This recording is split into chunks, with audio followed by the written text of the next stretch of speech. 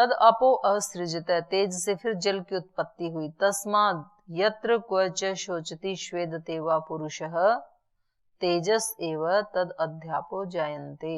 तद अधि आपो जायन्ते, जहां कहीं पुरुष तेज युक्त होता है तो उसके बाद फिर जल की उत्पत्ति होती है। ये सृष्टि रचना का क्रम बता रहे हैं अपने पुत्र से, कैसे सृष्टि बनी।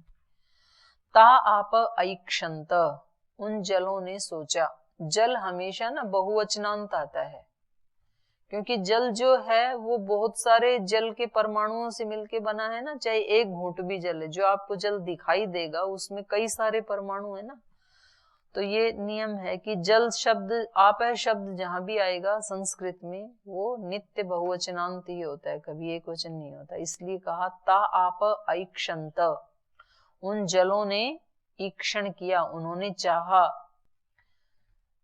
बहवः श्याम प्रजाये मही इति, उन जलों ने सोचा कि हम बहुत हो जाएं। बहवः श्याम प्रजाये मही इति, हम बहुत हो जाएं। ता अन्नम असृजंत, इसलिए जल से फिर क्या बनता है? अन्न, अन्न की उत्पत्ति हुई। उन्होंने अपने आप को जलों ने तपाया तो अन्न उत्पन्न हुआ। तो जब जल बरसते हैं तो अन्न की उत्पत्ति होती है। और अन्न यहाँ पर कठोर का प्रतीक है, जैसे पृथ्वी पार्थिव होते हैं ना अन्न, तो ये कठोर चीज उत्पन्न हुई फिर जल से। जल ही जब घनीभूत होंगे, तरल चीज जब घनीभूत होगी तो पृथ्वी बनी। तो वहां पर बताया है जो नासदीय सूक्त है उसमें सलिलम, सलिल मतलब लिक्विड, थोड़ा गाढ़ा लिक्विड, और वो जब ठंडा हुआ तो वो क्या बन गया? फिर पृथ्वी बन गई। तो वहां हिरण्यगर्भ से माना है ना कि वो अंडा टूटा तो उसमें जो वो पीला पीला भाग होता है उसको सलिल कहा है। और तेज के कई टुकड़े हुए तो उस तेज को जब ठंडा किया जाता है तो वो सलिल जैसे हो जाता है, लिक्विड जैसे हो जाता है। आजकल भी जब इससे भूमि से वो लावा फूटता है तो वो सलिल जैसे ही होता है, फिर जब वो ठंडा हो जाता है तो उसके पर्वत बन जाते हैं। तो ऐसे ही ये बता रहे हैं। तस्मात अन्नम असृजंत, उन जलों से अन्न की उत्पत्ति हुई। तस्माद यत्र क्वच वर्षति तदेव भूयिष्ठम अन्नम भवति अद्भ्य एव तद अध्ययनाद्यम जायते। तो आज भी यत्र क्वच वर्षति, जहां कहीं बारिश होती है, तदेव भूयिष्ठम अन्नम भवति, तो बहुत वहां पर अन्न उत्पन्न होते हैं। बारिश नहीं हो तो अन्न भी नहीं होते।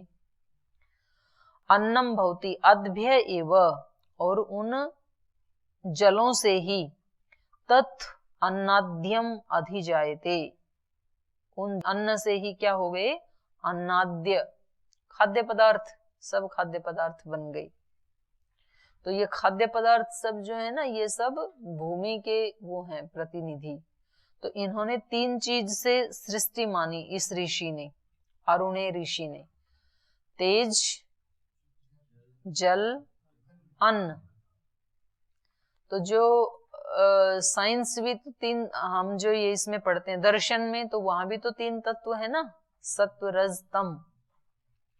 तो यहाँ पर जो अन्न तो तम का प्रतीक है। सबसे पहले क्या हुआ?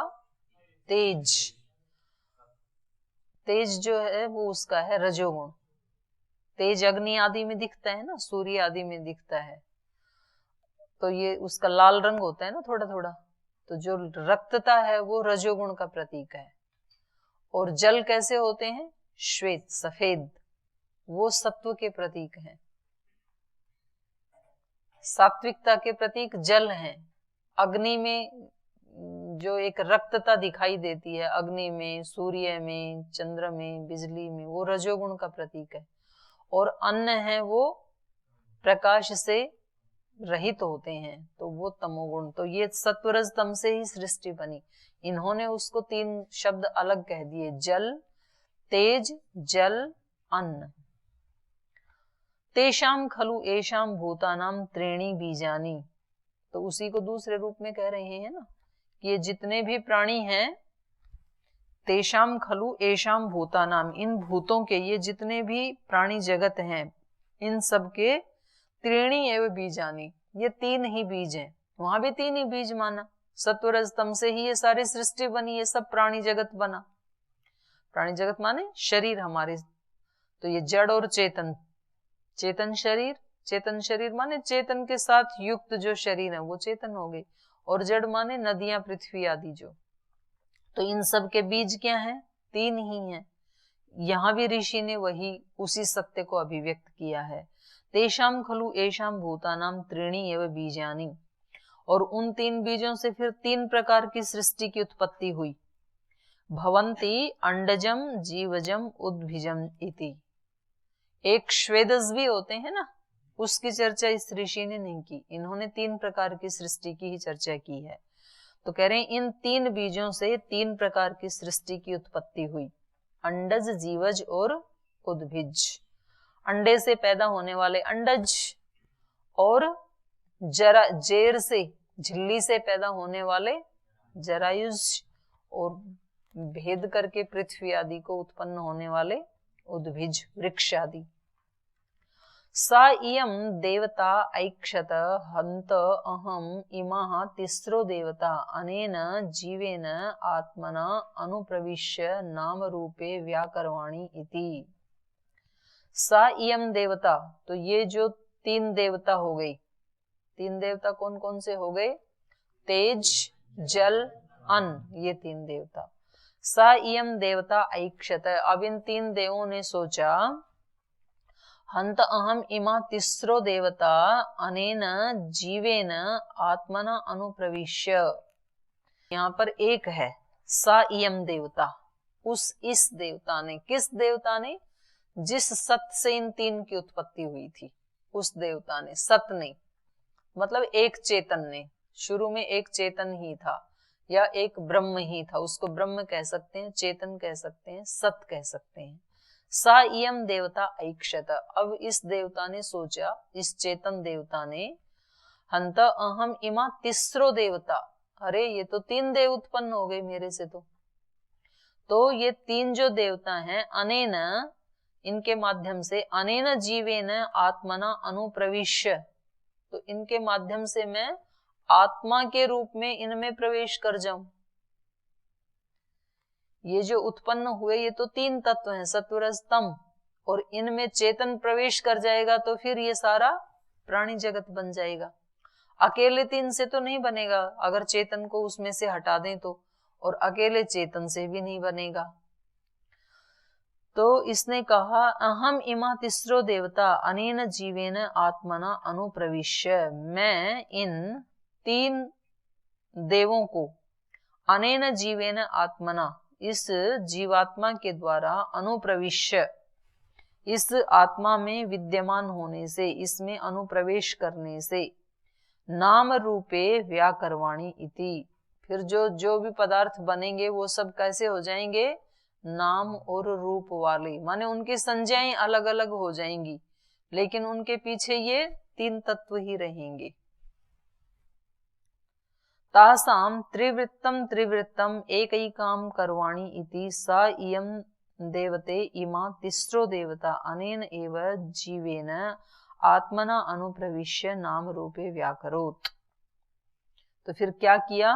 तासाम त्रिवृत्तम, तो वो जो 3 का एक ग्रुप बन गया ना, सत्वरजतम और तेज, जल, अन्न, वो जो 3 का एक ग्रुप बना 3 देवता का, तो त्रिवृत्तम एक ही काम करवाणी।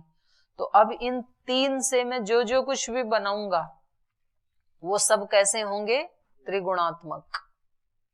जो भी पदार्थ बनाएंगे अब आगे, उन सब पदार्थों में ये तीनों शामिल रहेंगे। त्रिवृत्तम एक ही काम करवाणी, इन 3 के जो ग्रुप को, तिकड़ी को मैं एक एक कर दूंगा, माने एक एक प्रोडक्ट बनेगा, उसमें ये तीनों रहेंगे, सत्वरजतम उसी से बनेगा। तो ये सारा संसार जो है वो हम सांख्य की दृष्टि से देखते हैं तो क्या है? 3 तत्व का ही विस्तार, मूल प्रकृति का ही विस्तार है। तासाम त्रिवृत्तम एक ही काम करवाणी सा इयं देवता इमा तिस्रो देवता अनेन एव जीवेन आत्मना अनुप्रविश्य। तो फिर ये जो तीन तीन का जो ग्रुप था, इनमें से एक एक काम, एक एक पदार्थ में सा इयम देवता, वो ये जो सत देवता था, जो चेतन था, इमा तिस्र देवता, इन तीनों देवताओं को, तेज, जल और अन्न को, अनेन एव जीवेन आत्मना अनुप्रविश्य, इस जीवात्मा के द्वारा ही इसमें अनुप्रवेश करके नाम रूपे व्याकरोत, नाम और रूप वाला इसको संसार को कर दिया। उसके अलग अलग नाम बना दिए, अलग अलग उनके रूप बन गए थे, तो ये तीन ही। तो इससे ये भी पता लगता है कि जैसे साइंस ने तो बहुत बाद में अब कहीं जाकर के ये बताया कि जो परमाणु है, उस परमाणु में भी तीन चीजें हैं, इलेक्ट्रॉन, प्रोटॉन, न्यूट्रॉन। और उससे भी पहले इन्होंने समाधि के माध्यम से ये बता दिया था कि ये सृष्टि का जो शुरुआत है वो किससे हुई, तीन तत्वों से हुई। और उन तीन तत्वों के साथ जब चेतन का संयोग हुआ, उसका अनुप्रवेश हुआ, उससे ये सारा प्राणी जगत बना है। और साइंस ने क्या बताया कि ये परमाणु से ही बने हैं सब पदार्थ, और परमाणु को भी जब तोड़ेंगे तो परमाणु को भेदा नहीं जा सकता, वो अंतिम इकाई है, सबसे छोटी इकाई है परमाणु। लेकिन उस परमाणु में भी तीन तत्व घूम रहे हैं, इलेक्ट्रॉन, प्रोटॉन, न्यूट्रॉन। उनको कौन घुमा रहा है, गतिमान किससे हो रहे हैं वो? तो उन्होंने बताया वो फिर एक ऊर्जा है। तो इस सृष्टि के लास्ट में क्या बचता है? सूक्ष्म रूप में कहें तो ऊर्जा है केवल, और स्थूल रूप में कहें तो परमाणु है। तो उस विज्ञान को इन ऋषियों ने समाधि के माध्यम से जाना था। इन्होंने कहा कि शुरू में एक सत ही देव था, सद एव इदम अग्रे आसीत, और उससे फिर तीन पदार्थ बने, तेज, जल, अन्न, और सांख्य में सत्व, रज, तम, और उससे फिर ये सारा प्राणी जगत बन गया। तो वो उस सत्य को ब्रह्म कहते हैं, या सत कहते हैं, चेतन कहते हैं। साइंस उसको एनर्जी कहती है, उसको वेव्स कहते हैं कि कोई एक शक्ति है, एनर्जी है। और उसका नाम क्या है हम उसके बारे में कुछ नहीं कह सकते। तासाम त्रिवृत्तम त्रिवृत्तम एकैकाम अकरोत यथा नु खलु सौम्य इमा तिस्रो देवता त्रिवृत्त त्रिवृत्त एकैका भवति तन में विजानी ही इति। और दूसरा इससे ये पता लगता है कि उस समय में आत्मविद्या का, अध्यात्म विद्या का भी इतना महत्व था, क्योंकि बाकी तो वेद, दर्शन, उपनिषद तो पढ़ के आ ही गया ये 12 वर्ष में। लेकिन जब तक ये आत्मविद्या को नहीं जाना, अपने आप को नहीं जाना, तब तक वो शिक्षा कैसी मानी जाती थी? अधूरी मानी जाती थी।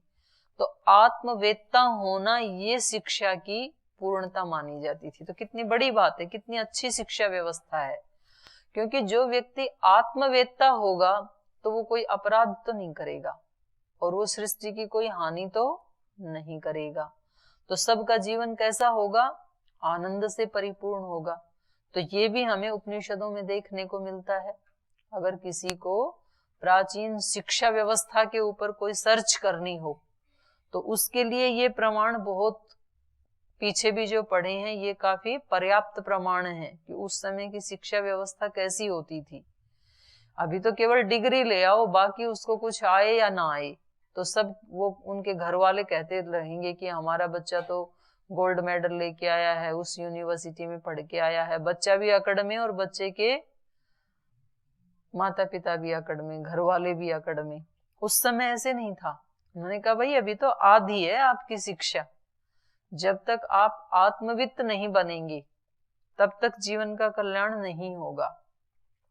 पर ऐसा वो ही तो कह पाएगा जो स्वयं पहले आत्मवित्त होगा।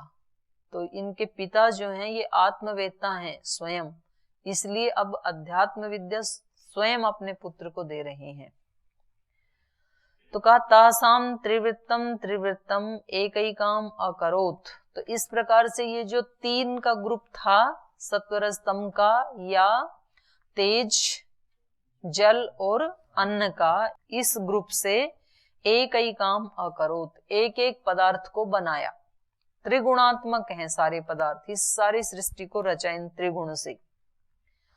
यथानु खलु सौम्य इमा तिस्रो देवता त्रिवृत एकैका भवति। हे सौम्य, जिस प्रकार से ये तीन देवता एक एक पदार्थ में सन्निहित हैं, समाहित हो जाते हैं, तन में विजानी ही इति, कैसे ये हो जाता है ये तुम मेरे से जानो, मेरे से सुनो। तो बताया यद अग्ने रोहितम रूपम तेजः तद्रूपम यद शुक्लम तदपाम यद कृष्णम तदन्नस्य। अपागाद अग्नेः अग्नित्वम वाचारंभणम विकारो नामधेयम त्रीणि रूपाणि इत्येव सत्यम। तो कह रहे हैं सबसे पहले अग्नि को ही ले लेते हैं। अग्नि तत्व का विस्तार किया तो उस अग्नि से क्या क्या पदार्थ बने।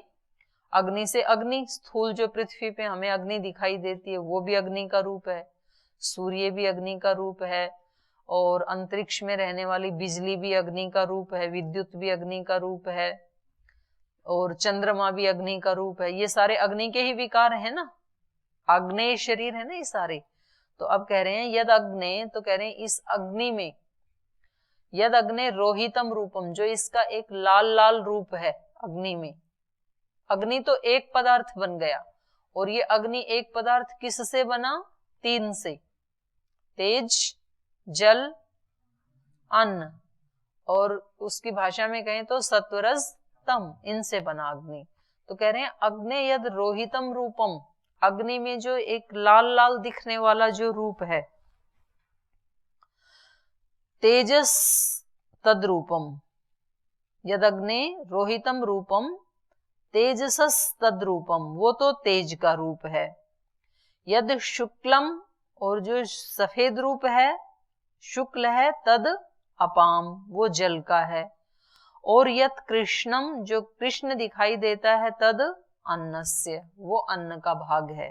अपागाद अग्नेः अग्नित्वम, तो कह रहे हैं इससे अपागात दूर हट जाए, किससे? अग्नेः, अग्नि से। कौन? अग्नित्वम, अग्नि से अग्नित्व यदि हटा दिया जाए तो कह रहे हैं वाचारंभणम विकारो नामधेयम, अग्नि से अग्नित्व यदि हट गया तो बच गया क्या? उसमें कुछ भी नहीं बचेगा फिर तो नाम के लिए वो विकार हैं।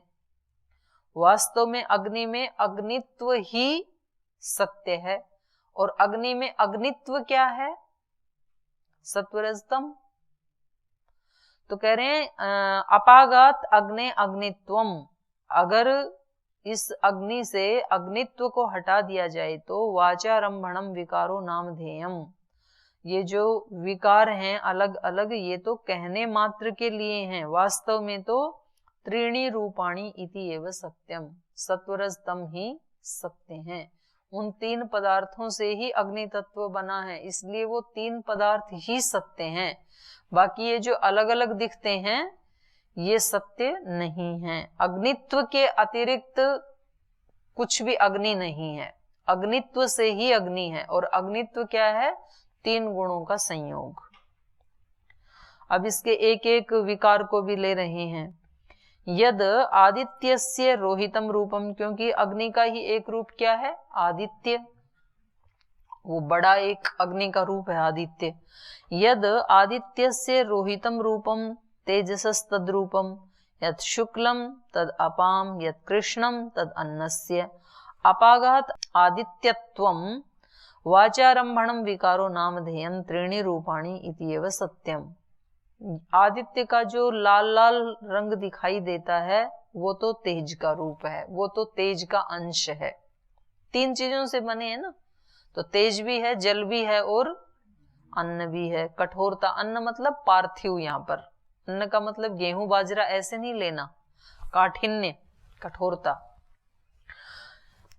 यद आदित्यस्य रोहितम रूपम, जो आदित्य में हमें रोहित रूप दिखाई देता है, लाल रूप दिखाई देता है, तेजसस तद्रूपम, वो तो तेज का रूप है।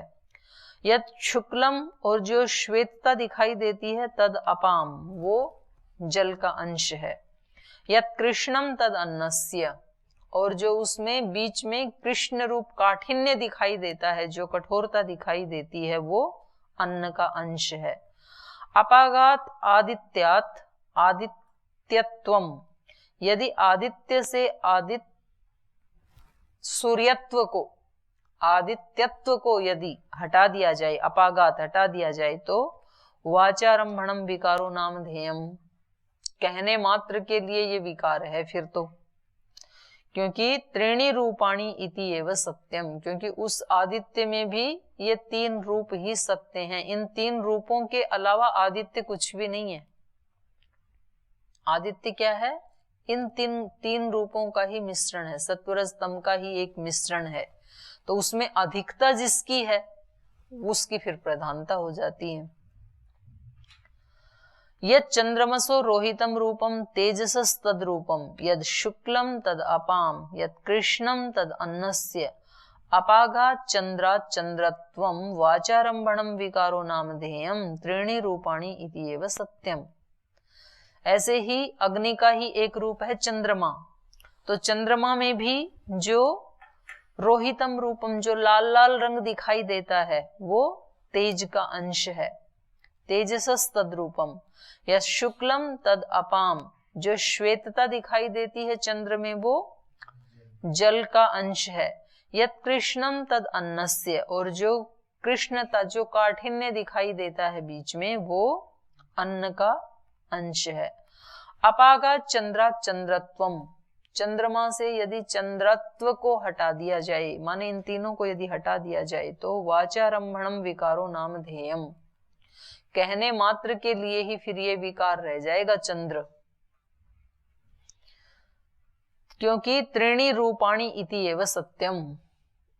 चंद्र में चंद्रत्व के रूप में सत्य क्या है? ये 3 रूप ही सत्य हैं, ये 3 तत्व ही सत्य हैं।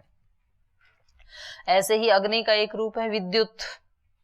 यद विद्युतो रोहितम रूपम तेजसस तद रूपम, यद शुक्लम तद अपाम, यद कृष्णम तद अन्नस्य, अपागात विद्युतो विद्युत्वम वाचारंभणम विकारो नामधेयम त्रीणि रूपाणि इति एव सत्यम। विद्युत में जो रक्तता दिखाई देती है, जो लालिमा दिखाई देती है, तेजसस तद रूपम, वो तेज का ही अंश है, तेज का रूप है। यद शुक्लम तद अपाम, और जो श्वेतता दिखाई देती है, वो जलों का अंश है। यद कृष्णम, और जो काठिन्य है, तद अन्नस्य, वो अन्न का भाग है। कहते हैं जब विद्युत गिरती है ना नीचे, तो फिर बाद में एक लोहे का कुछ कठोर सा वो दिखाई देता है, मूसली जैसे। तेज तो चला जाता है उसको छू के, और जो इसका अन्न वाला जो भाग है वो दिखाई देता है। जो उधर चमकती है तो दिखता नहीं है ना, तो केवल प्रकाश दिखाई देता है वहां, तो आकाश में तो जब कभी वो धरती पे गिरती है तो फिर तीनों की उपलब्धि होती है। अपागात विद्युतो विद्युत्वम वाचारंभणम विकारो नामधेयम, अगर विद्युत से इन 3 को हटा दिया जाए तो फिर ये विद्युत जो विकार है, ये जो नाम है, ये तो कहने मात्र के लिए है। त्रीणि रूपाणि इति एव सत्यम, उसमें भी ये तीनों रूप ही सत्य हैं। एतद् स्म वै तद विद्वांस आहु पूर्वे महाशाला महाश्रोत्रिया, न नो अद्य कश्चन अश्रुतम अमतम अविज्ञातुम उदाहरिष्यति इति हेभ्यो विदांचक्रुः। तो कह रहे हैं एतद् स्म वै तद विद्वांस आहु, कह रहे हैं इसलिए उस विज्ञान को ही, एतद् वै तद विद्वांसः, इस विज्ञान को ही विद्वान से जानने वाले विद्वान लोग आहु स्म कहते थे। आहु मतलब कहा, आहु स्म लग जाता है तो कहते थे। करोति स्म करता था, ऐसे होता है ना प्रयोग। गच्छति स्म जाता था, वदति स्म बोलता था।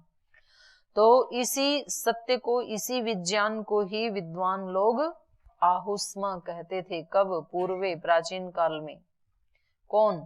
महाशाला महाश्रोत्रिया, वो विद्वान जो महाशाला, जो पूरे संपन्न थे, और महाश्रोत्रिया, जिन्होंने बहुत सुना था अपने गुरुजनों से, अर्थात जो विद्वान थे। तो महाश्रोत्रिया महाशाला पूर्वे विद्वांसः आहुस्म एतद् वै तद, इसी विज्ञान को ही वे जो महान गृहस्थ लोग थे, क्योंकि ये स्वयं गृहस्थ है ना, तो ऐसे ही हमारी परंपरा में जो गृहस्थी लोग थे, जो महाविद्वान थे, वो इस विज्ञान को ही कहते थे। न नह अद्य कश्चन अश्रुतम अमतम अविज्ञातम। तो इसको जानने के बाद, आज के बाद कोई ये नहीं कहेगा अमतम अश्रुतम अविज्ञातम, कि शास्त्र को नहीं जाना। जब ये रहस्य जान लिया तो सारे शास्त्र को जान लिया। तो इसको जानने के बाद अश्रुतम क्या हो जाएगा? श्रुतम। तो कोई ये नहीं कहेगा कि मैं अश्रुतम हूं। और इसको जानने के बाद ही अमतम क्या हो जाएगा? मतम। और अविज्ञात क्या हो जाएगा? विज्ञातम। तो कहा नह, हमारे लिए या हम में से, हमारे वो जो पूर्वज थे वो ऐसा कहते थे कि भाई आज के बाद जिन्होंने इस रहस्य को जान लिया वो हम में से कश्चन, कोई भी, न विदान चक्रु, ऐसे कोई भी नहीं कहेगा, न उदाहरिष्यति, ऐसा कोई भी उदाहरण नहीं देगा कि अद्य कश्चन अश्रुतम अमतम अविज्ञातम उदाहरिष्यति। न उदाहरिष्यति, न यहाँ जाएगा। ऐसा कोई भी उदाहरण नहीं देगा कि हम उसको नहीं जानते हैं या उसका मनन नहीं किया या उसको नहीं सुना।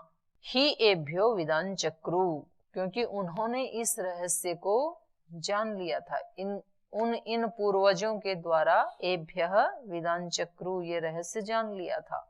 तो तब जाकर के हमारे कुल में इस तरह की परंपरा होती थी कि ये विद्वान है, ये जानता है, क्योंकि उन्होंने परंपरा से इस विद्या को जाना था। जैसे कि मैंने आपको बताया, माने आरुणि ने श्वेत केतु को बताया। यद उ रोहितम इव अभूत इति तेजसस्तद्रूपम इति तद विद्वान चक्रु, यद शुक्लम इव अभूत इति अपाम रूपम इति तद विदान चक्रु, यद उ कृष्णम इव अभूत इति अन्नस्य रूपम इति विदान चक्रु। तो जैसे इसका बताया ना मैंने अग्नि का, ऐसे ही इन सब पदार्थों में भी, सब त्रिगुणात्मक हैं, जितने भी पदार्थ हैं वो त्रिगुण से बने हैं। तो इनमें जो रोहित की तरह से जो दिखता है, लाल सा जो दिखता है, वो तो तेज का अंश है, ऐसा आप जाने। और जो शुक्लम इव अभूत, और जो सफेद सा हो गया, वो समझ लो जल का है, जलों का रूप है। ऐसे विदान चक्रु, ऐसे उन्होंने जान लिया सब जगह। एक जगह जान लिया तो सब जगह जान लिया। और यद शुक्लम इव अभूत इति अपाम रूपम इति विदान चक्रु, और यद कृष्णम इव अभूत इति अन्नस्य रूपम इति विदान चक्रु, ऐसा उन्होंने जान लिया था। तो ये है वो ज्ञान जिससे अविज्ञात विज्ञात हो जाता है, अश्रुतम श्रुतम हो जाता है, अमतम मतम हो जाता है। तो ये आगे भी चलेगा ये प्रसंग। अभी समय हो गया, यही पाठ को विराम देते हैं।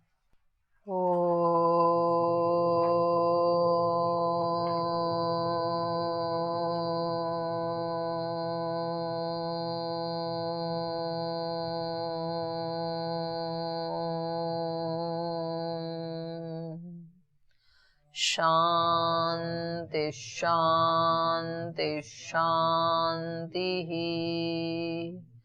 श्री गुरुभ्यो नमः।